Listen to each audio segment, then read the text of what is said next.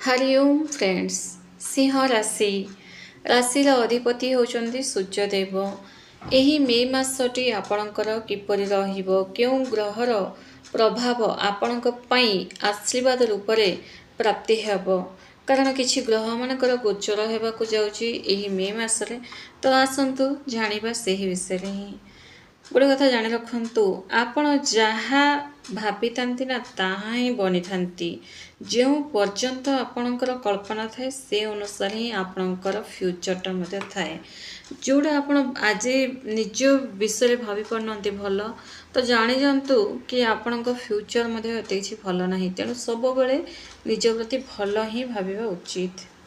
ग्रह गोचर विषय जाना तापर आपण भाग्य, कैरियर, शिक्षा, स्वास्थ्य, लव रिलेशन, मैरिड लाइफ सब किपर रहिबो। ग्रह गोचर विषय कहबा गले सूर्यदेव जे कि राशि अधिपति होचंदी आपणकर सूर्यदेव रहिचंदी नवम स्थान रे बुधंक सह। अष्टम घरे शनि मंगल एक साथी रहिचंती। 11तम घरे गुरुदेव रहिचंती, लग्न रहिचंती केतु। सप्तम घरे राहु रहिचंती, 10म घरे शुक्र रहिचंती।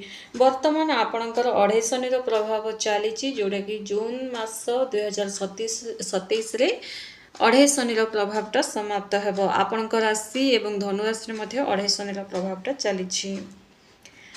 भाग्य विषय कहबा गले शुक्रदेव होचंदी आपणकर भाग्याधिपति। शुक्रंकर स्थिति भल रही। मालवीय राजयोग बनाउचंदी शुक्रदेव 10म घरे रही। तेणु जहाँ भी करिवार अछि करि चलंतु। भाग्य आपणकर संपूर्ण रूपे साथ देव। सबु कार्य आपनको सफलता मिलिबो। टंका इन्वेस्टमेंट करिबा एही मासटी बहुत बढ़िया रहिबो।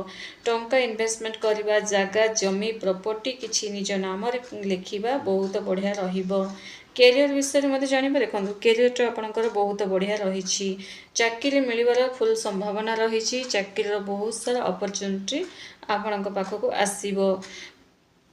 14 मे पर सूर्यंकर जब गोचर हो कामर मामला रे अधिक आहरी बढ़िया रहिबो। सेही जो 14 मे पर जदि किछि नुआ बिजनेस आरंभ करने को चाहूँगी तो सेटा 14 मे पर सूर्यंकर गोचर पर अत्यंत उत्तमदायक रहिबो। वर्तमान मध्य आपणकर भल रही किंतु नुआ बिजनेस आरंभ करने को चाहूँगी ताहले 14 मे पर करंतु। जो मानकर चाकरी नहीं निश्चित भाव में सरकारी जॉब पे चेष्टा करंतु। सूर्यंकर स्थिति भल रही शुक्र 10म घरे रही मालवीय राजयोग बनाउचंती जोड़ा कि व्यक्ति को धनवान करई थांती। बिजनेस व्यापार मध्य एही मास भल चलिबो। किछि मामला रे ठकामीर शिकार मध्य होई पारंती। जोड़ा कि आपण जहाँ को बेसी विश्वास करचंती तांको ठारो टिके सावधान। जहाँ भी आपण बिजनेस मामला रे करूचंती कागज पत्र लेखालेखी करिकी करंतु। शिक्षा विषय जानिबा किंतु ता आगु स्वास्थ्य विषय जानिबा। देखंतु स्वास्थ्य कथा कहबा गले शनि मंगल अष्टम घरे रहिचंती तो बात पित्त कफ जंत समस्या आपनको देखा जीवो। आपणकर बयस न हेबा आगु चुट्टी पाचिबा जंत समस्या, डाइजेशन जंत समस्या किंबा गैस्ट्रिक जंत समस्या आपणकर देखा जीवो। तेणु खाइबा पीवा उपरे ध्यान देवा आवश्यक। जदि आपनको ऑलरेडी बात पित्त कफ जंत समस्या रही तेणु कौन खाइबा उचित भावी खाआंतु, कारण ये जो बात पित्त कफ जदि कंट्रोल न हैला व्यक्ति को बयस अधिक कर एवं तास बहुत गुड़े असुविधा शरीर समस्यार सामना करने को पड़ी थाए। शिक्षा विषय जानवे देखो। गुरु होचंती पंचमेश्वर 11तम घरे रहिचंती। पंचम घरे गुरुंकर दृष्टि पड़ुची।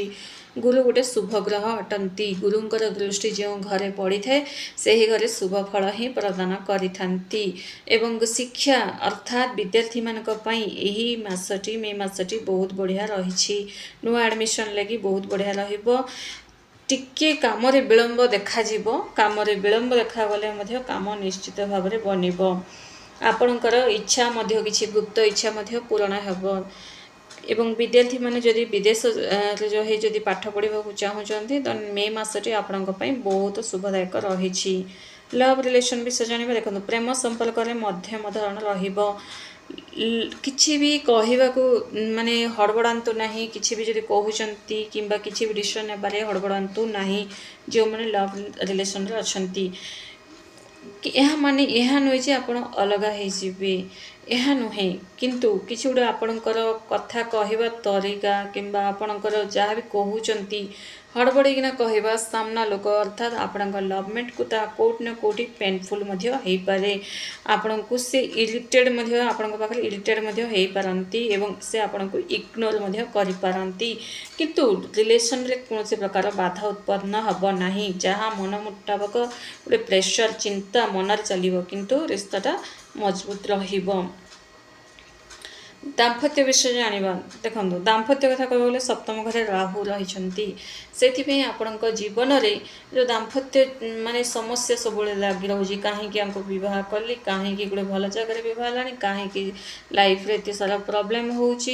ଦୁଇ ଦାମ୍ପତ୍ୟ ମିଶିକି ମଧ୍ୟ କଥା ହେଉଥିବେ କି ମାନେ ଏଇ ଜାଗାରେ ବିବାହଟା ଆମର ଠିକ୍ ହେଲା ନାହିଁ, କିମ୍ବା ସେ ଯେଉଁ ମଧ୍ୟସ୍ଥି ଲୋକ ପ୍ରସ୍ତାବ ଆଣିଥିଲେ ସେ ଠିକ୍ ନୁହନ୍ତି। ଏସବୁ ଯେଉଁ ପ୍ରୋବ୍ଲେମ୍ ବହୁତ ସାରା ଆପଣଙ୍କର ବିବାହ ହେଇକି କେତେ ବର୍ଷ ହେଉନା କାହିଁ, ତଥାପି ମନରେ ଯଦି ଏମିତି କ୍ୱେଶ୍ଚିନ୍ ଆସୁଛି ତ ଜାଣିଯାଆନ୍ତୁ ରାହୁଙ୍କର ନେଗେଟିଭ୍ ପ୍ରଭାବ ପଡ଼ୁଛି। ତା'ର ପ୍ରତିକାର ମୁଁ ଆପଣଙ୍କୁ କହିବି ଭିଡ଼ିଓର ଶେଷରେ।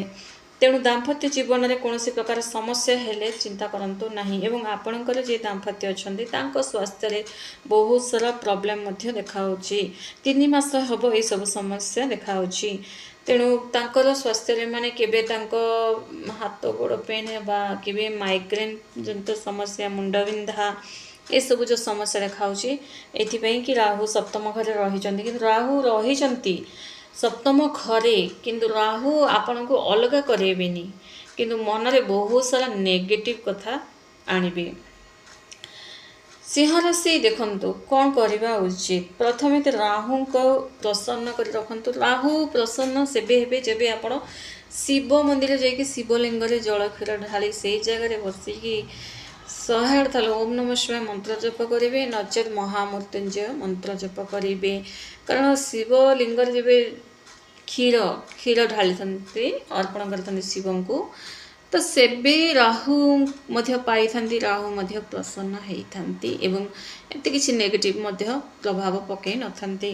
ତେଣୁ ଶିବ ମନ୍ଦିର ଯିବା ଆରମ୍ଭ କରନ୍ତୁ, ଶିବଲିଙ୍ଗରେ ଜଳ କ୍ଷୀର ଢାଳନ୍ତୁ। ଯଦି ଦୁଇ ଦାମ୍ପତ୍ୟ ଭିତରେ ସମସ୍ୟା ଅଧିକରୁ ଅଧିକ ରହିଛି, ଏପର୍ଯ୍ୟନ୍ତ ଯଦି ସନ୍ତାନ ସୁଖ ପାଇନାହାନ୍ତି, ତାହେଲେ ଶିବଙ୍କ ଶରଣ ରୁହନ୍ତୁ, ନିଶ୍ଚିତ ଭାବରେ ସନ୍ତାନ ସୁଖ ଆପଣଙ୍କୁ ମିଳିବ। ଏବଂ ସିଂହ ରାଶି ପ୍ରତ୍ୟେକ ଦିନ ସୂର୍ଯ୍ୟଦେବଙ୍କୁ ଜଳ ଅର୍ଘ୍ୟ ଦିଅନ୍ତୁ। ଓମ୍ ଆଦିତ୍ୟାୟ ନମଃ, ଓମ୍ ଆଦିତ୍ୟାୟ ନମଃ ଏହି ମନ୍ତ୍ର ଜପ କରନ୍ତୁ ଏବଂ ଶନିବାର ହେଲେ କିଛି ତ ଗୋଟେ ଦାନ କରନ୍ତୁ। କିଛି ତ ମାନେ ଖାଦ୍ୟ, ବସ୍ତ୍ର, ପେନ୍, ଖାତା, ବହି, କମ୍ବଳ, ଛତା କିଛି ବି ହେଲେ ଗୋଟେ ଦାନ କରନ୍ତୁ। ଏହା କରିବା ଦ୍ୱାରା ଆପଣଙ୍କ ଉପରେ ଯେଉଁ ଶନିଦେବଙ୍କର ନେଗେଟିଭ୍ ପ୍ରଭାବ ଥିବ ତାହା କଟିବାକୁ ଲାଗିବ। ଶନିଦେବ ପ୍ରସନ୍ନ ହେଲେ କୃପା ବର୍ଷେଇବେ। ଆପଣଙ୍କ ଘରେ ଗାଡ଼ି ନିଶ୍ଚିତ ଭାବରେ ଆସିବ। ଗାଡ଼ି କିଣିବାର ପ୍ଲାନ୍ କରିଛନ୍ତି, ଗାଡ଼ି କିଣିବେ ଭାବୁଛନ୍ତି, ତ ଶନିଦେବଙ୍କ କୃପା ହେଲେ ହିଁ ଯାନବାହନ ଘରେ ଆସିଥାଏ ଏବଂ ଘରେ ଯେଉଁ ରିପେୟାରିଂ କାମ ଯେଉଁ ଆପଣଙ୍କର ଚାଲୁଛି ତାହା କମିବାକୁ ଲାଗିବ। ଶନିଦେବଙ୍କର ନେଗେଟିଭ୍ ପ୍ରଭାବ ପଡ଼ିଲେ ଘରେ ବାରମ୍ବାର ରିପେୟାରିଂ କାମ, ଘରେ ଓସ୍ତ ଗଛ ଉଠିବା, ଏସବୁ ସମସ୍ୟା ଦେଖାଯାଇଥାଏ। ତେଣୁ ନିଶ୍ଚିତ ଭାବରେ ଶନିବାର ହେଲେ କିଛି ନା କିଛି ଦାନ କରନ୍ତୁ ଏବଂ ସକାଳୁ ଉଠି ସୂର୍ଯ୍ୟଦେବଙ୍କୁ ପ୍ରଣାମ କରି ସୂର୍ଯ୍ୟଦେବଙ୍କୁ ଜଳ ଅର୍ଘ୍ୟ ଦିଅନ୍ତୁ। କମେଣ୍ଟସରେ ଶ୍ରଦ୍ଧା ଏବଂ ଭକ୍ତି ଏବଂ ବିଶ୍ୱାସର ସହ ହର ହର ମହାଦେବ ନିଶ୍ଚୟ ଲେଖନ୍ତୁ। ଗୋଟେ ଲାଇକ୍ ମଧ୍ୟ କରିଦିଅନ୍ତୁ। ଧନ୍ୟବାଦ।